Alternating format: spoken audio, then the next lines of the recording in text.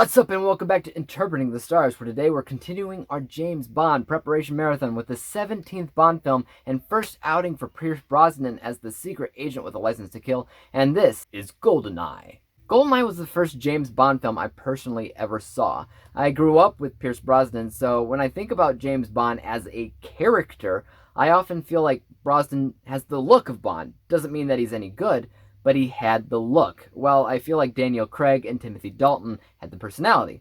Actually, if I was forced to pick any Bond that had both the personality and the looks, I would actually say Timothy Dalton. But we're not at the point of ranking Bonds yet. For now, let's talk about Goldeneye to find out if its greatness is cognizable by most or if it's the opposite. Let's get cracking. This review was brought to you by the word of the day, cognizable, capable of being known. James Bond is tasked with discovering more about Goldeneye, a space weapon with EMP properties that is being used by an unseen enemy for unknown reasons. The deeper Bond gets, the more he uncovers and ultimately discovers about betrayal. First and foremost, I feel like this is the first James Bond film to feel like a blockbuster. Sure, each film has its own, blockbuster-esque scenes, but this is the first one to really feel like the entire thing is just this massive, explosive film. Depending on who you are and what you prefer out of James Bond, that can both be a good thing and a bad thing. I am undecided. I don't mind the extra explosions or crisper image quality, but I was extremely disappointed in the utilization of more CGI and green screen work, because I felt like there was no longer any more practical effects or stunt work, which is what made those movies death-defying and awe-inspiring.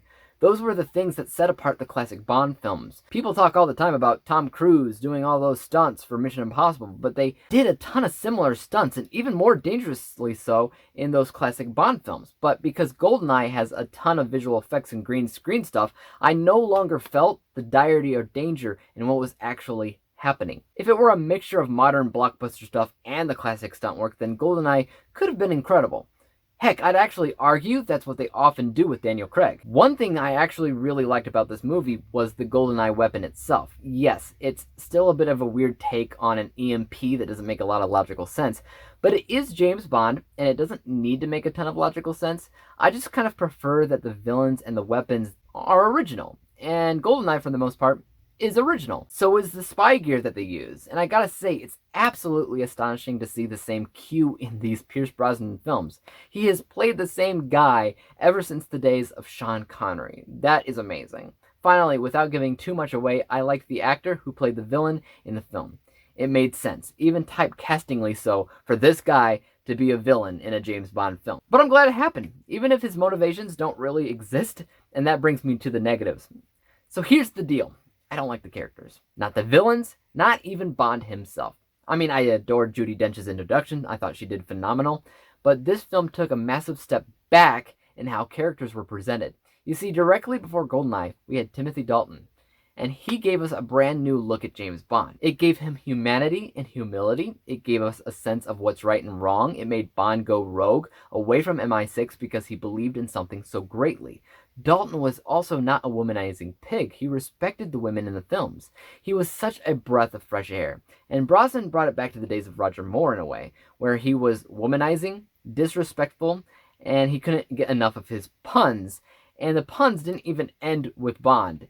Even the villains were throwing them left and right. And I get it, 90s cheese was a thing. And those old puns seem to fit even more for a 90s era Bond, but I think it just spat on everything that Dalton did to improve the series.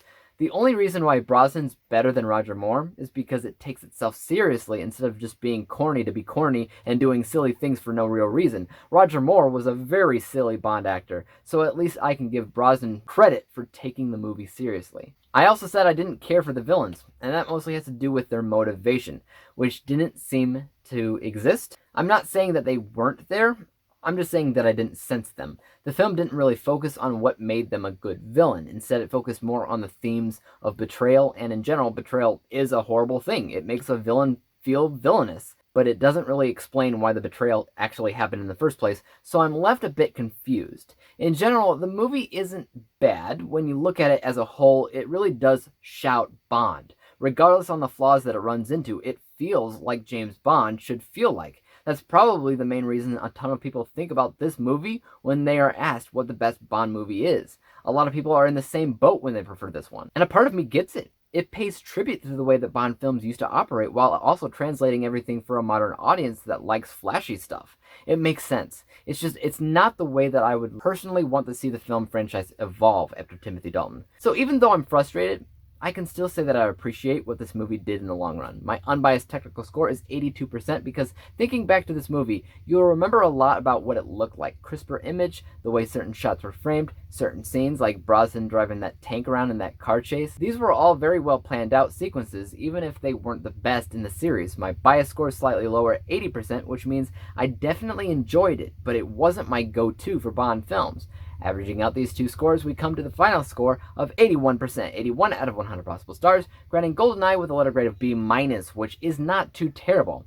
I actually scored it quite a bit higher than my original score because I can appreciate certain things in the film. But I'd like to hear from you guys. Are you in the same boat as a lot of others that actually think this is the best James Bond film? If so, let me know why. Or are you somebody that actually prefers other movies by Connery or Lazenby, Moore, Dalton, or Craig? As for YouTube, you guys know what to do. Hit the thumbs up button if you enjoyed this review, because there's always more like it coming out every single day. Hit the subscribe button and bell to be notified when I come out with my next Bond review, which should be Tomorrow Never Dies. And until then, peace out! Dave examines movies we just watch for fun.